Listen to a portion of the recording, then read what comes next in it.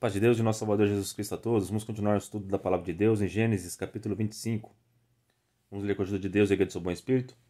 Os descendentes de Ismael. Estas, porém, são as gerações de Ismael, filho de Abraão, que a serva de Sara, Agar, egípcia, deu a Abraão. E estes são os nomes dos filhos de Ismael, pelos seus nomes, segundo as suas gerações. O primogênito de Ismael era Nebaiote, depois Quedar, Abael, Mibzão, Emismã, Edumá e Massá, Adar, Temá, Getur, Napis, Quedemá. Estes são os filhos de Ismael, e estes são seus nomes, pelas suas vilas e pelos seus castelos, 12 príncipes, segundo as suas famílias. E estes são os anos da vida de Ismael, 137 anos. E ele expirou e morreu, e foi congregado ao seu povo, e habitaram desde Avilá até Sur, que está em frente do Egito, indo para Assur, e fez o seu assento diante da face de todos os seus irmãos. Então aqui Ismael ele gerou a 12 tribos, igual Israel também teve 12 tribos. Então Abraão deu uma descendência muito grande, cumpriu a promessa que Deus fez a Abraão. Esse povo, essas 12 tribos são os ismaelitas. Esse povo ismaelita é uma grande parte do povo árabe. Eles eram mercadores, eles andavam em peregrinação, né? Eles eram povos nômades, né? Eles não ficavam num lugar fixo, eles iam de um lugar para outro, né? Até tem uma história interessante que quando José é vendido para o Egito, seus irmãos o venderam para os ismaelitas. Então foi esse povo ismaelita que levou José para o Egito. Era um povo comerciante, então eles comerciavam escravos, roupas, tudo que se imaginar de comércio, era um povo que saía vendendo, né? Então, é um povo trabalhador que saía vendendo.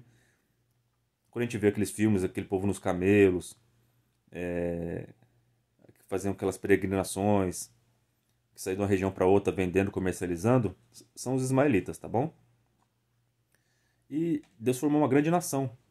Muitos povos árabes vêm de Ismael. E ele teve uma boa velhice, viveu bem, porque era descendência de Abraão, Deus abençoou ele grandemente. Só que ele abençoou ele na parte material. Então ele formou grandes nações, teve 12 filhos, e seus 12 filhos formou 12 nações. Grandes povos, eram povos comerciantes, se relacionavam com muitas pessoas. Então, logo logo, essa nação cresceu muito rápido. E ele foi enterrado entre os seus. Seus parentes pegaram e enterraram ele. Então, essa é a origem do povo árabe, dos ismaelitas. Os outros povos árabes são os filhos de Quetura e são os filhos descendentes de Ló, tá certo? Sem ser o povo árabe, tem o povo hebreu, que é a descendência de Isaac, que a gente vai ver agora, tá bom? E estas são as gerações de Isaac, filho de Abraão. Abraão gerou a Isaac, e era Isaac da idade de 40 anos, quando tomou Rebeca, filha de Betuel, arameu de Padã Arã, irmã de Labão, arameu, por sua mulher. E Isaac orou instantemente ao Senhor por sua mulher, porquanto era estéril. E o Senhor ouviu as suas orações, e Rebeca, sua mulher, concebeu. E os filhos lutavam dentro dela. Então disse assim: porque sou eu assim? E foi-se a perguntar ao Senhor. E o Senhor disse: 2 nações há no teu ventre, e 2 povos se dividirão das tuas entranhas, e um povo será mais forte do que o outro, e o maior servirá ao menor. Então aqui nós vimos que Rebeca era estéril. Isaac já se prontificou em orar. Ele entregou sua causa nas mãos do seu Senhor, no Deus de seu pai Abraão. Ele confiou nesse Deus. E Deus abriu a madre de Rebeca, e ela pôde ter filhos. E ela engravidou. Só que na sua gestação, ela percebeu que algo não estava normal. Ela viu que ela sentia muitas dores, muitas contrações. E ela foi perguntar para Deus o que era isso. Então ela também orou. Sempre quando você tem alguma dúvida, ora, pergunte a Deus, e Deus vai te falar. Naquela época, Deus falava diretamente com eles, porque eles tinham uma promessa que Deus fez a Abraão. E Deus queria se conhecer, fazer se conhecedor nesse povo, para que nós possamos ver as Escrituras hoje e acreditarmos nele. Deus estava fazendo uma história, porque o povo tinha esquecido de onde eles vieram, depois da queda de Adão. E Deus precisou chamar Abraão e se apresentar a ele e se fazer conhecedor. Então Deus falava diretamente com Abraão, com Isaac e mais para frente com Jacó. Deus também pode falar diretamente com você. Tem pessoas que conseguem escutar a voz de Deus. Eu só escutei uma vez, mas eu creio que tem pessoas que recebem revelações direto. A primeira vez que eu fui na igreja, na congregação, eu sempre fui católico, tinha sido católico, criado católico. E minha tia vivia falando que aquele lugar era diferente, que Deus falava com as pessoas, né? Eu não acreditava muito. Aí uma época eu perdi minha mãe, né? Ela veio a falecer. E eu tava precisando de Deus, sabe, gente? Aí eu busquei. Comecei a ler a Bíblia. Eu não tinha hábito de ler a Bíblia, eu comecei a ler a Bíblia. E achava incrível aquelas histórias. De tanto minha tia falar daquela igreja lá, que Deus falava com as pessoas, eu fui visitar. Então eu fui na igreja do Furquinho aqui em Presidente Prudente. E sentei lá. Achei diferente, né? Os homens do lado, as mulheres do outro. E tava indo tudo bem. Quando chegou na parte da oração, eu escutei as pessoas orar, elas davam glória a Deus bem alto, gritavam. E eu não entendi aquilo. Eu ficava no meu pensamento, nossa, mas Deus não é surdo, por que esse povo tá gritando tanto? Por que eles não oram quietinho, que nem eu tô orando aqui, né? Eles ficam dando glória a Deus, aleluia.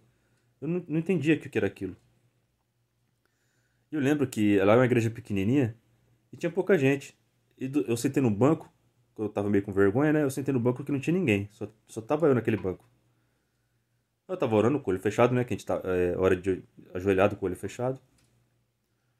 Aí eu escutei uma voz bem suave falar comigo assim: dá glória a teu Deus, porque ele é digno de toda honra, toda glória e todo louvor. Eu na hora abri os olhos e fiquei assustado, porque não tinha ninguém do meu lado. Quem que falou comigo? Aí eu comecei a orar com o olho aberto, porque eu tava com medo, tava assustado. Só que aquele grito daquele povo tava me incomodando ainda. Ainda no meu pensamento tava assim: Senhor, por que esse povo tá gritando glória a Deus, aleluia, tão alto assim? Deus não é surdo. Aí aquela voz veio mais alta, com autoridade, e falou de novo: dá glória ao Senhor teu Deus, porque ele é digno de toda honra, toda glória e todo louvor. Se esse povo não clamar, as pedras clamarão. Quando eu ouvi aquela voz que veio, eu não sei explicar, gente. Era uma voz tão bonita, era um sentimento tão gostoso que eu ouvi, e me deu tanto medo, porque eu tava com o olho aberto, eu ouvi que não foi ninguém, nenhuma pessoa falando comigo. Ali era Deus falando comigo, o Espírito Santo falando comigo. Eu comecei a dar glória a Deus, aleluia, mais alto que aquele povo que tava gritando lá. E hoje eu entendo que esse povo dá glória a Deus, aleluia, alto, porque eles sentem a presença de Deus. É diferente, gente. Quando a gente sente a presença de Deus, não tem como você ficar quieto. Não tem como você ficar quietinho. Você quer declarar o seu amor por Deus. Por isso que esse povo grita tanto. Porque todos eles sentem a presença de Deus, já receberam bênçãos de Deus, Deus já falou com eles pela palavra. Ou talvez tiveram a mesma experiência que eu tive, eu não sei. Eu, Foi incrível. Depois nunca mais deixei de ir nessa igreja.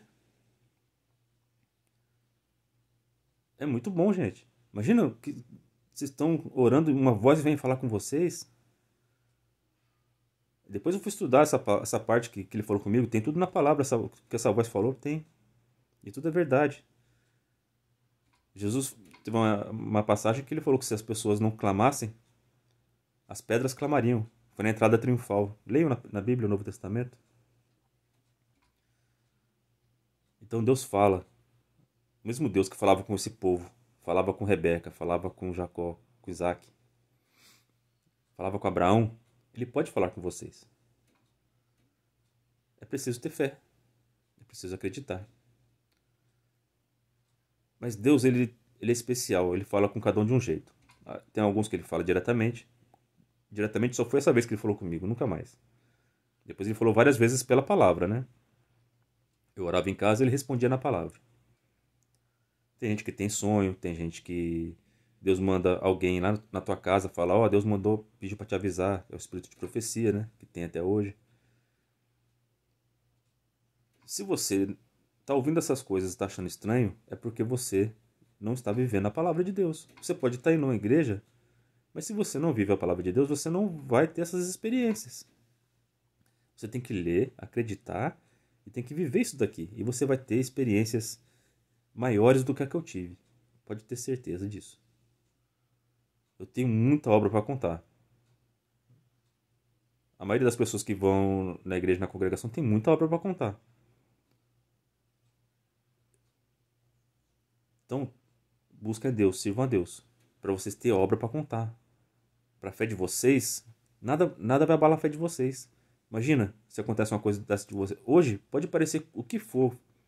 A pessoa pode apontar uma arma na minha cabeça, falar, ó, fala que Jesus não existe. Eu não consigo falar que ele existe, gente. Ele falou comigo. A pessoa pode tentar me provar do jeito que for. Pode me mostrar que, ó, achamos o corpo de Jesus Cristo aqui, ele não ressuscitou. Eu vou continuar acreditando que Jesus Cristo ressuscitou, porque ele falou comigo.